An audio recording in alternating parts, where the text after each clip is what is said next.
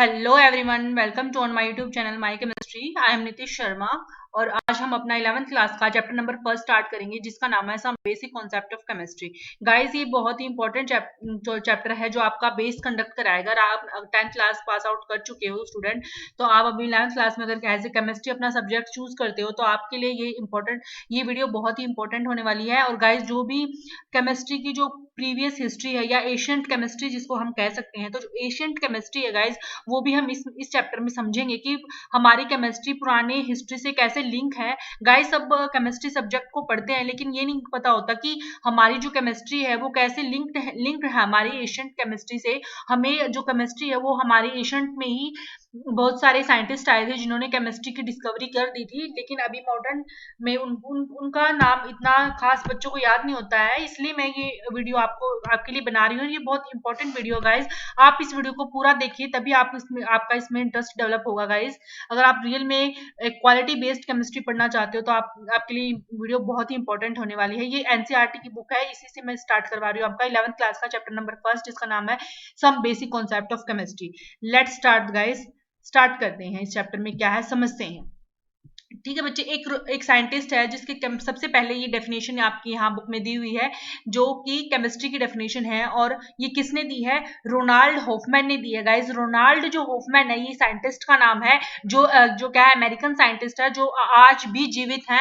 उनकी as approximately 80 plus उनकी as हो गई है और वो आज भी जीवित है। अगर आप उनसे मिलना चाहते हो तो गाइस मिल सकते हो अगर पॉसिबल है आपके लिए तो उन्होंने केमिस्ट्री का क्या बताया है? Chemistry is a science of molecule. Chemistry क्या है? साइंस ऑफ मॉलिक्यूल, मॉलिक्यूल्स की साइंस है। ठीक है, chemistry is the science of molecule and their transformation, मतलब मॉलिक्यूल्स का ही ट्रांसफॉर्मेशन है। तो केमिस्ट्री क्या है? Chemistry is the science of molecule and their transmission, मतलब मॉलिक्यूल्स का transmission.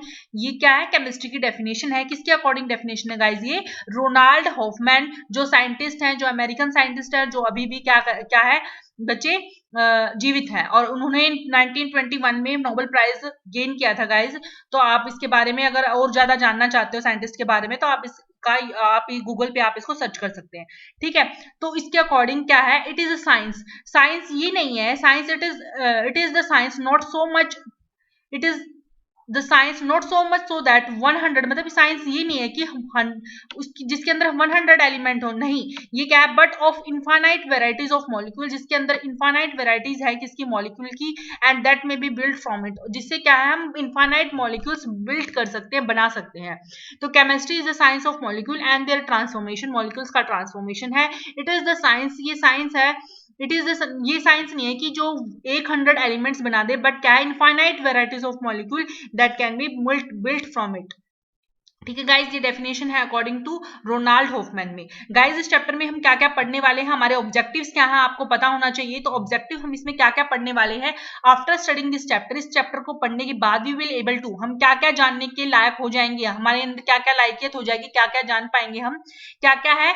Appreciate the contribution of Indian in the development of chemistry, understand the role of chemistry in different spheres of life, मतलब हमारे जो chemistry है हमारे different sphere of life में कैसे role play करती हैं और केमिस्ट्री का क्या कंट्रीब्यूशन है हमारे डेवलपमेंट में, ये हम जान पाएंगे इसको पढ़ने के बाद, इंट्रोडक्टरी पार्ट को पढ़ने के बाद। ये चैप्टर नंबर 1 का 11th क्लास का इंट्रोडक्टरी पार्ट है गाइस। नेक्स्ट पार्ट से हम उसका कंटिन्यू अपना चैप्टर स्टार्ट करेंगे।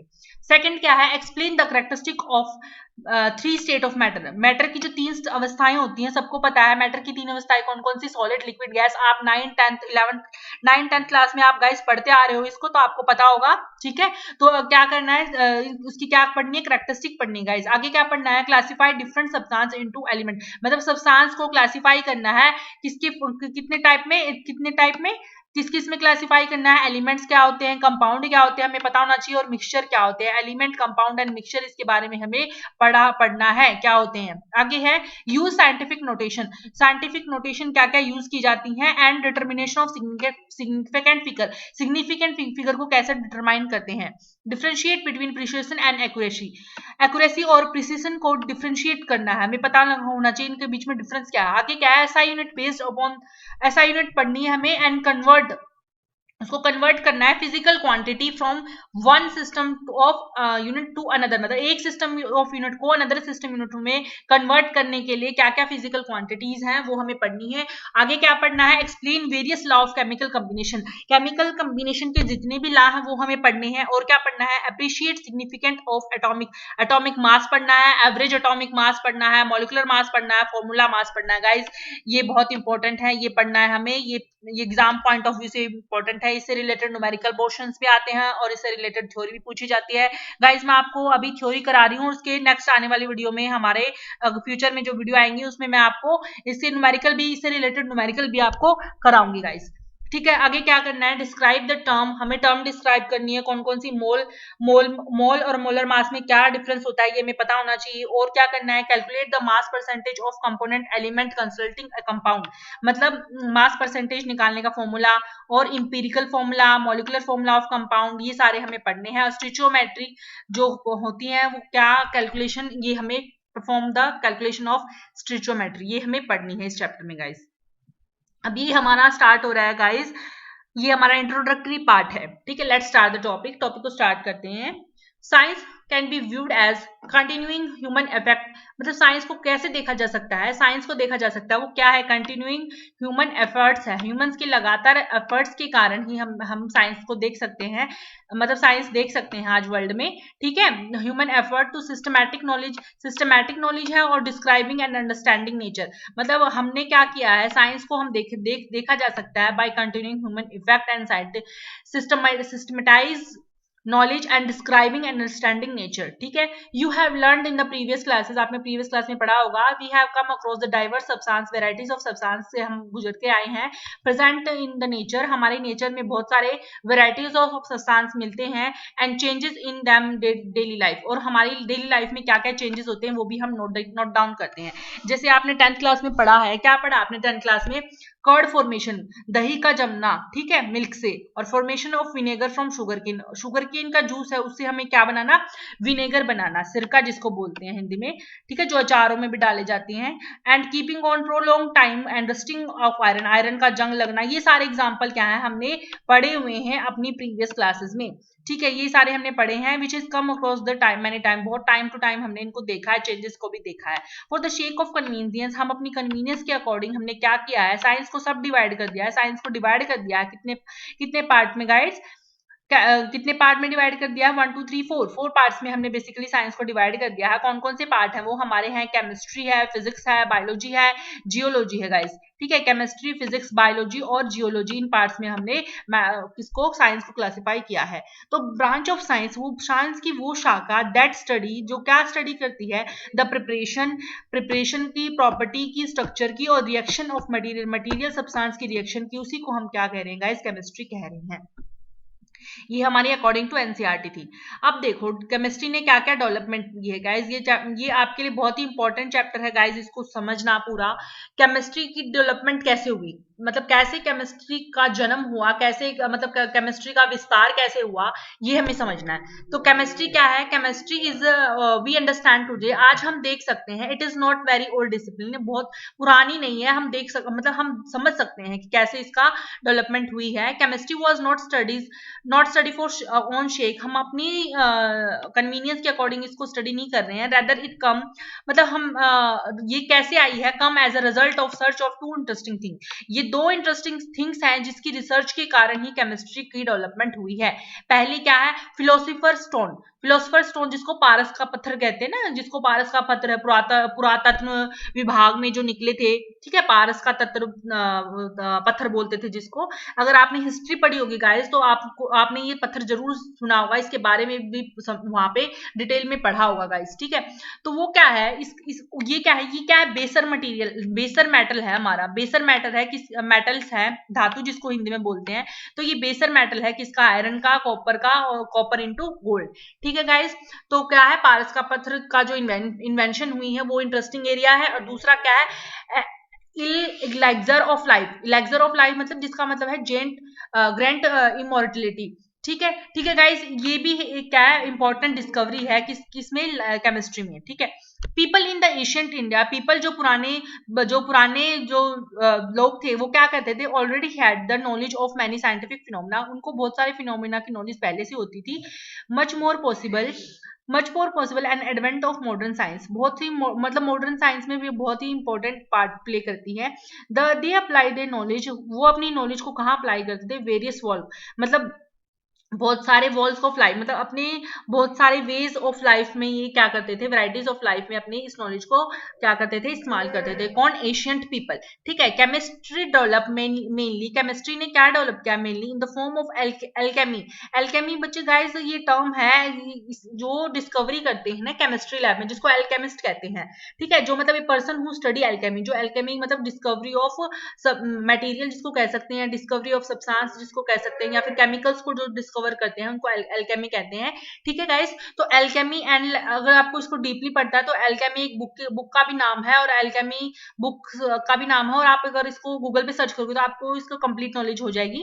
ठीक है, तो वहां से सर्च कर सकते हो। एंड इलेक्ट्रोकेमिस्ट्री, मतलब ये क्या है, केमिस्ट्री डेवलप कब हुई, जब एल्केमी और इलेक्ट्रोकेमिस्ट्री आई, वो कब आई, 1300 से लेके 1600 सीई, मतलब सीई क्या है बच्चे, ये पीरियड है आपका ईसा मसीह का, जिसको पीरियड बोलते हैं, जिसको कॉमन ईरा बोलते हैं, अगर आपने हिस्ट्री में पढ़ा होगा तो सीई का मतलब है फुल फॉर्म कॉमन ईरा।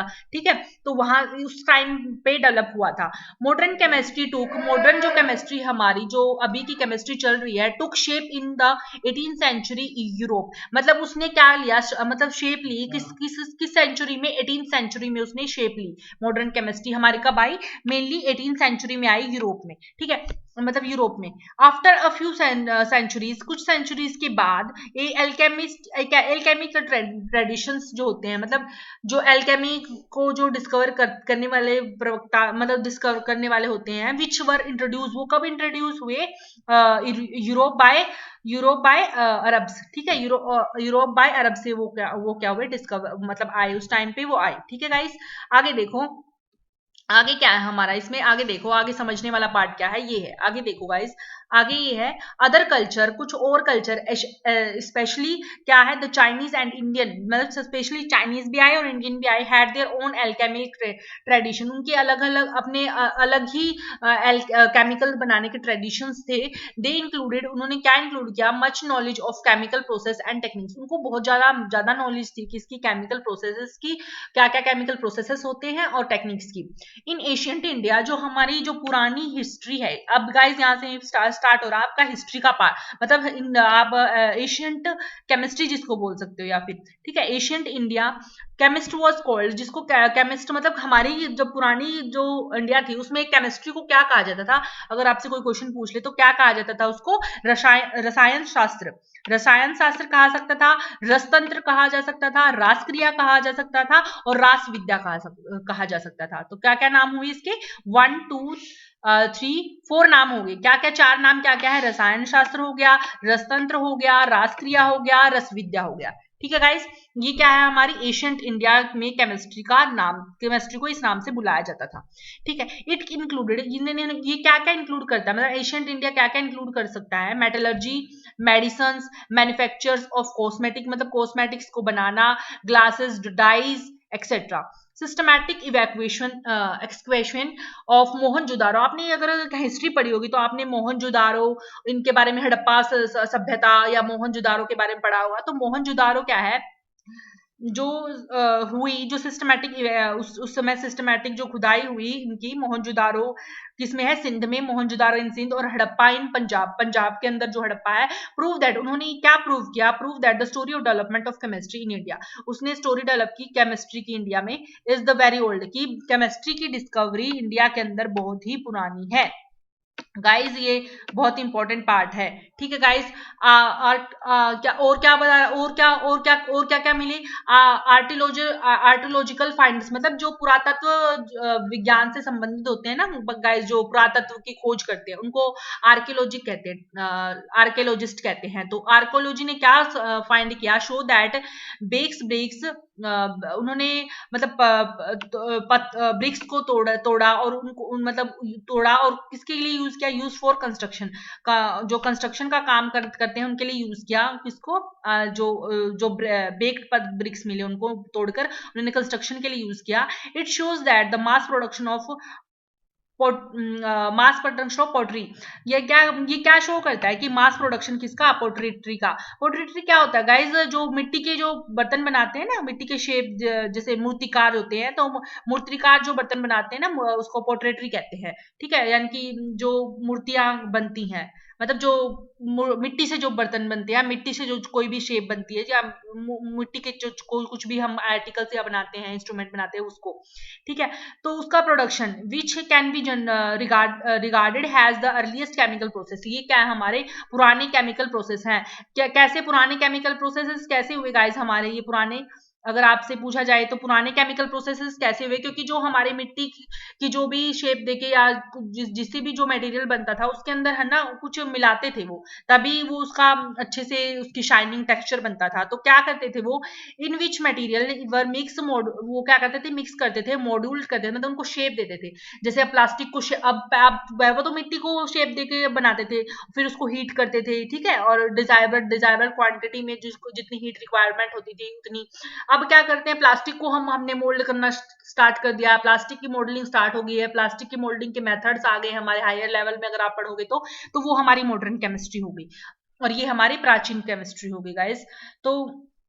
तो हम कहाँ पे थे, हम यहाँ पे थे, हाँ। Which can be gradually earliest chemical processes, जो केमिकल प्रोसेस से बनाए जाते थे। इन मटेरियल क्या मिक्स करते थे, उसके अंदर कुछ एक सब मिक्स करते थे, मॉड्यूल करते थे, and subjected to heat by using fire to achieve, मतलब वो क्या करते थे, मतलब प्रॉपर क्वांटिटी में उनको डिजायरेबल हीट देते थे, ताकि वो मिट्टी के जो हमारे जो इंस्ट्रूमेंट है वो अच्छे से बन जाए। ठीक है, रिमेनिंग ऑफ गैजर्ड पोर्ट्रेटी, ये ग्लास्ड पोर्ट्रेटरी मतलब जो चमकते हुए जो मिट्टी के बर्तन होते हैं, वो हैज बीन फाउंड इन, वो कहाँ पाए गए बच्चे, मोहनजोदारो के अंदर पाए गए। कि मोहनजोदारो की जब खुदाई हुई पंजाब के अंदर, तो वहां मिले हमें, तो वहां से हमें पता चला कि हमारी केमिस्ट्री डेवलप कर, मतलब एशियंट केमिस्ट्री, हमारी जो केमिस्ट्री है वो पुरानी है। ठीक है, जिप्सम जिप्सम एक सीमेंट है, वो यूज की जाती है कंस्ट्रक्शन वर्क के लिए, जिसके अंदर क्या क्या होता है बच्चे, जिप्सम के अंदर क्या क्या होता है आपसे पूछ सकते हैं। लाइम होता है, सैंड होता है, ट्रेसेस ऑफ CaCO3, मतलब कार्बन कैल्शियम कार्बोनेट के ट्रेसेस मिलते हैं किसके अंदर, जिप्सम के अंदर, तो वो कंस्ट्रक्शन के लिए यूज किया जाता है। आगे क्या है, Harappans made faience a short glass which is use in as in ornaments. बच्चे हरपान है ना, उन्होंने एक फेनिक बनाया, जो क्या है, शॉर्ट्स हैं ग्लासेस के, और वो किसके अंदर यूज की जाते हैं, ऑर्नामेंट्स बनाने के लिए यूज की जाते हैं। देवर मेल्टेड, उनको मेल्ट किया जाता है, and forged a varieties of object, उससे बहुत सारी वेराइटी ऑफ ऑब्जेक्ट बनाए जाते हैं मेटल्स के, जैसे कि लीड हो गया, सिल्वर हो गया, गोल्ड हो गया, कॉपर हो गया, lead, silver, gold, copper. Guys ये हमारे मेटल हैं जिससे बहुत सारी वेराइटीज ऑफ ऑर्नामेंट्स या वेराइटीज ऑफ ऑब्जेक्ट्स हमारे क्या होते हैं, बनाए जाते हैं। They improve by the hardness of copper, ये क्या है, हार्डनेस ऑफ कॉपर के इम्प्रूव करने के लिए, for making artefacts by using, हमने क्या क्या, अगर कॉपर की अगर हार्डनेस इंक्रीज करनी है तो हम उसके अंदर क्या क्या यूज कर लेंगे गाइस, टिन और आर्सेनिक यूज कर लेंगे। नंबर ऑफ ग्लास ऑब्जेक्ट, बहुत सारे ग्लास ऑब्जेक्ट कहाँ मिले बच्चे, इन मस्की इन साउथ इंडिया, साउथ इंडिया के अंदर मिले ग्लास के ऑब्जेक्ट्स मिले, किसमें 1000 से लेके 900 BCE, ये वही है बच्चे जो मैंने बताया था कॉमन ईरा या बिफोर कॉमन ईरा जिसको बोलते हैं, तो वो है ये गाइस। ठीक है, ये ईसा मसीह से पूर्व जिसको मानते हैं, जिसको हम बर्थ ऑफ ईसा मसीह जो मानते हैं। आगे देखो, हस्तिनापुर, अगर आपने महाभारत देखी होगी तो आपने हस्तिनापुर के बारे में सुना होगा। तो हस्तिनापुर और तक्षशिला आपने सुनी होगी। तो हस्तिनापुर एंड तक्षशिला वो किसमें, नॉर्थ इंडिया में, वहां पे वहां पे भी मिले ये बच्चे, दोनों में मिले, एक तो साउथ इंडिया में मिले और एक कहाँ मिले, हस्तिनापुर में मिले। ठीक है, क्या मिले, ग्लासेस के ऑब्जेक्ट्स मिले, जिससे हमें पता चला कि हमारी जो ऑब्जेक्ट की फॉर्मेशन है, मोल्डेशन ऑफ हमारी ऑब्जेक्ट है वो प्राचीन है। ठीक है, glasses and glazes are coloured by, मतलब इन ग्लासेस को कलर किया गया बाय कलरिंग एजेंट, बहुत सारे कलरिंग एजेंट्स हैं मेटल ऑक्साइड के, जिससे इन ग्लासेस को क्या किया गया, कवर किया गया, जिसको डेकोरम के लिए भी यूज करते हैं, मतलब डेकोरेशन के लिए भी यूज करते हैं गाइस। आगे देखो, कॉपर मेटलर्जी, कॉपर की जो मेटलर्जी है in India dates back to the beginning of chalcolithic culture. Chalcolithic culture होता है बच्चे जो जो तांबे के जो बर्तन होते हैं ना, मतलब ताम्र, चैल्कोलिथिक मतलब होता है तांबर जिसको बोलते हैं, या फिर कॉपर स्टोन, या फिर कॉपर एज जिसको बोल सकते हैं हम। मतलब कॉपर जो कॉपर एज मतलब जो कॉपर के जो कल्चर था, मतलब जो कॉपर की डिस्कवरी करने वाले थे, उन्होंने जो कॉपर का उस दौरान जो ट्रेंड था, जो कल्चर चल रहा था इन द सब कॉन्टिनेंट, ठीक है, बिगिनिंग थी, मतलब वो शुरुआत थी कॉपर की मेटलर्जी इंडिया में आने वाली। ये चैल्कोलिथिक कल्चर क्या थी, शुरुआत थी, बिगनिंग थी किसकी, कॉपर की मेटलर्जी की इंडिया में आने की, ठीक है। देर आर मच आर्कोलॉजिक, बहुत सारे ऐसे आर्कोलॉजिक हुए हैं जिसने एविडेंस जो है वो सपोर्ट करते हैं टू व्यू द टेक्नोलॉजी, जो क्या करते हैं टेक्नोलॉजी दिखाते हैं कि देख सकते हैं जिससे क्या एक्सट्रैक्शन ऑफ कॉपर का extraction and iron and copper extraction, वो क्या कर सकते हैं, एविडेंस है हमारे पास, आर्किटेक्चोलॉजिक एविडेंस है गाइस, ठीक है, जो डेवलप करते हैं। आगे क्या है, आगे देखो, अकॉर्डिंग टू ऋग्वेद के अकॉर्डिंग, अब देखो कितना प्राचीन है हमारा केमिस्ट्री, आपको पता होना चाहिए। ये आपकी 11th क्लास में आ जाता है गाइस, लेकिन आप एमएससी तक कर जाते हो लेकिन आपको पता नहीं होता है गाइस, तो प्लीज इसको ध्यान से समझिएगा। अकॉर्डिंग टू ऋग्वेद के according, tanning of leather and dyeing of cotton, tanning of leather, tanning का मतलब क्या होता है बच्चे गाइस, टैनिंग का मतलब होता है वेराइटीज ऑफ लेदर, और ड्राइंग मतलब लेदर की वेराइटीज, और ड्राइंग ऑफ कॉटन, ये हमारी कभी पब्लिश प्रैक्टिसाइड हो गई थी, ये हो गई थी हमारी 1000 से लेके 400 BCE से स्टार्ट हो गई थी ऋग्वेद में। ये ऋग्वेद के अकॉर्डिंग है गाइस, ऋग्वेद में लिखा हुआ है, ये सारी चीजें ऋग्वेद में है। The golden glosses of the black polish ware of, मतलब गोल्डन के जो ग्लोसेस हैं जो ब्लैक कलर के हैं, ब्लैक पॉलिश जिनको हुई है, वो कहाँ पाए गए हैं, कहाँ पहने जाते हैं, मतलब ऐसे हमारे कहाँ पहने जाते हैं, नॉर्थ इंडिया में, could not be the replicant in and it's still chemical mystery, ये भी क्या है हमारी केमिकल मिस्ट्री का मिस्ट्री है गाइस, ठीक है। दीज वर इंडिकेट, ये इंडिकेट करते हैं the mastery with which Keeling temperature could be control, मतलब ये इंडिकेट करते हैं कि उस टाइम पे भी कितनी मास्टरी लोगों ने गेन की थी कि वो टेम्परेचर को मेंटेन कर पा रहे थे इस टाइप के इंस्ट्रूमेंट को बनाने के लिए भी, ठीक है। कौटिल्यास अर्थशास्त्र, कौटिल्या के जो अर्थशास्त्र है उसमें डिस्क्राइब कर रखा है क्या, प्रोडक्शन ऑफ साल्ट फ्रॉम सी, मतलब साल्ट को समुद्र से निकालने का जो विज्ञान है वो कौटिल्य अर्थशास्त्र में भी हमारे मेंशन है गाइस, ठीक है।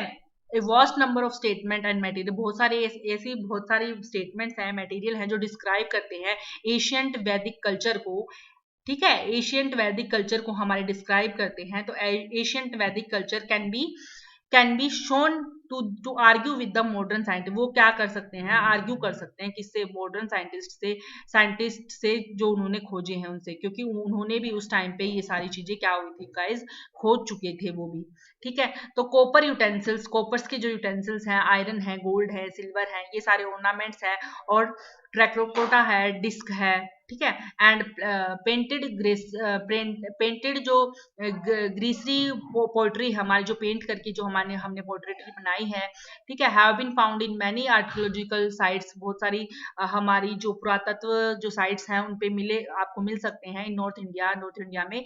आगे क्या है, सुश्रुता संहिता, सुश्रुत संहिता में क्या लिखा गया है, explain the importance of alkalis, guys याद रखना एल्कलीज की जो इंपॉर्टेंस है वो कहाँ मेंशन है, सुश्रुता संहिता में आपकी मेंशन है। आगे क्या है, द चक्र संहिता, जो चक्र संहिता है उसमें क्या मेंशन है, मेंशन एशियंट इंडिया के बारे में मेंशन है। Who know about the preparation of, जिसने की क्या बताई है, प्रिपरेशन ऑफ, गाइस ये याद रखना कि सुश्रुत संहिता में एल्कलीज के बारे में लिखा हुआ है, और चरक संहिता में क्या लिखा हुआ है, चरक संहिता में हमें कैसे क्या मतलब सल्फ्यूरिक एसिड कैसे केमिकल्स कैसे बनाते हैं ये भी चरक संहिता में लिखा गया है। तो चरक संहिता में कौन से केमिकल्स को लिखने के बारे में लिखा गया है, सल्फ्यूरिक एसिड के बारे में, नाइट्रिक एसिड के बारे में, ऑक्साइड्स ऑफ कॉपर के ऑक्साइड, टिन के ऑक्साइड, जिंक के ऑक्साइड, इनके बारे में चरक संहिता में लिखा गया है। और सुश्रुत संहिता में क्या लिखा हुआ है, एल्कली के बारे में लिखा हुआ है, the sulphate of copper, zinc, iron and the carbonate of lead and iron,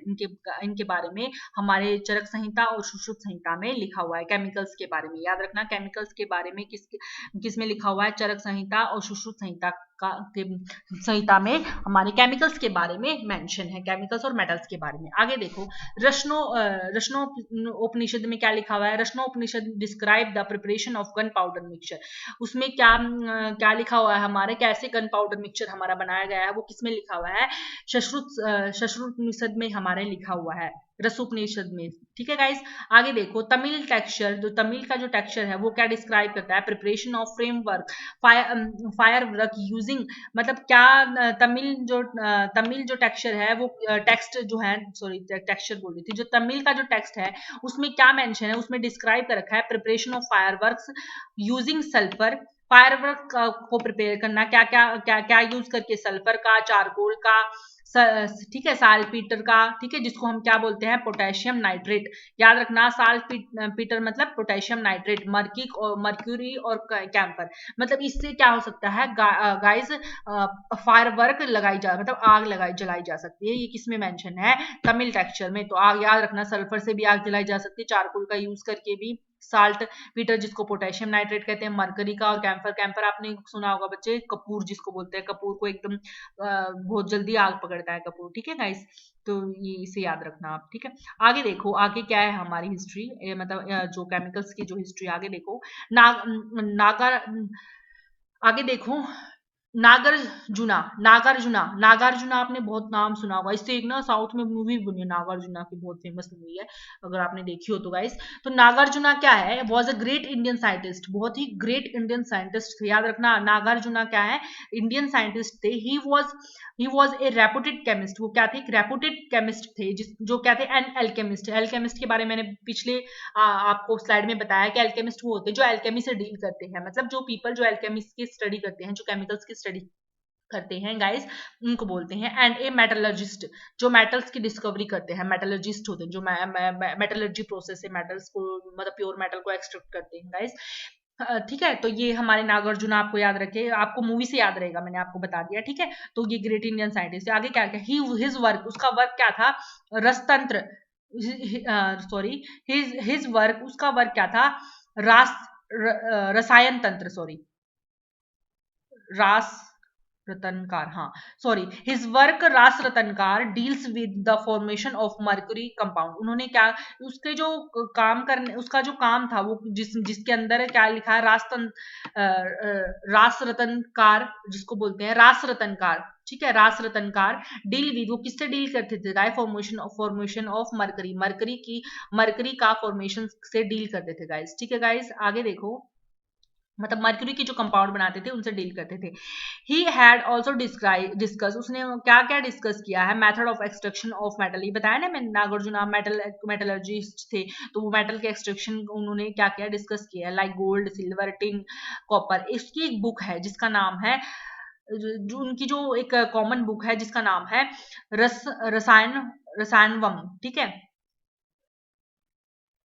रसनावम। ठीक है, रसनावम, ठीक है, इसे याद रख सकते हो, रसनावम उनकी एक फेमस बुक है, किसकी, नागार्जुना की एक फेमस बुक है रसनावम, जिसमें जो अपीयर अराउंड, जो किसके अराउंड है, 800 सीई, मतलब सीई मतलब कॉमन ईरा, मैंने आपको बताया था। It discuss the use of, उसने वहां उसमें उस बुक में क्या डिस्कस है, वेरियस फ्रेगनेंस, मतलब बहुत सारे फ्रेगनेंस के बारे में, फर्नेंसेस के बारे में, फर्नेंसेस जो ओवन होते हैं, मतलब जो जिसके अंदर हमारे मेटलर्जी प्रोसेस होते हैं, फर्नेंस होते हैं जिसमें ही टेम्परेचर और वो हम मेंटेन करके रखते हैं, तो उसको डिस्कस कर रखा है, वेरियस फर्नेंसेस के बारे में, ओवंस के बारे में, एंड क्रूसिबल्स, हमारी जो आपने अगर क्रूसिबल्स डिश पढ़ी देखी होगी, अगर आपने एमएससी की है तो उस ऐसे डिफरेंट पर्पस के लिए जो है वो इस बुक में हमारा उसने मेंशन कर रखे हैं साइंटिस्ट ने। ये डिस्क्राइब मेथड ऑफ, और क्या है, मेथड ऑफ बाय, उसने क्या कर रखा है, मेथड्स डिस्क्राइब कर रखे हैं। Metal could be identify bye flame colour, जो मेटल क्या क्या जो फ्लेम देते हैं वो मेटल भी उन्होंने डिस्क्राइब कर रखे हैं। कैसे मेथड्स हैं जो मेटल आइडेंटिफाई कर सकते हैं, हम कौन से मेटल फ्लेम देंगे, कौन से नहीं देंगे, कौन कौन से मेथड से हम ये चेक कर सकते हैं, ये भी उस बुक में मेंशन है गाइस। आगे देखो, चक्रपाणी पुराने हमारे पुराने हमारे पुराने हमारे हैं जिन्होंने डिस्कवरी की है बहुत सारी, ठीक है। तो चक्रपाणी डिस्कवर मरकरी सल्फाइड, उसने क्या डिस्कवर किया था? मरकरी सल्फाइड डिस्कवर किया था गाइस। ये याद रखना आप, चक्रपाणी ने मरकरी डिस्क्राइब किया था, डिस्कवर किया था guys. The credit of invention, जो जो क्रेडिट है इन्वेंशन का, सोप का, जो जो हम आज नाउअडेज हम यूज करते हैं, वाज गोज टू हिम, मतलब ये क्रेडिट भी किसको जाता है? चक्रपाणी को। अगर सोप की डिस्कवरी पूछ ले तो चक्रपाणी को। जैसे गाइस आपसे इंटरव्यू में अगर आपसे पूछ सकते हैं क्वेश्चन, ये बहुत इंपॉर्टेंट है आपको केमिस्ट्री पॉइंट ऑफ व्यू से। आप अगर केमिस्ट्री पढ़ना चाहते हो, वाकई में आप केमिस्ट बनना चाहते हो, तो आपके लिए इंपॉर्टेंट पार्ट है ये।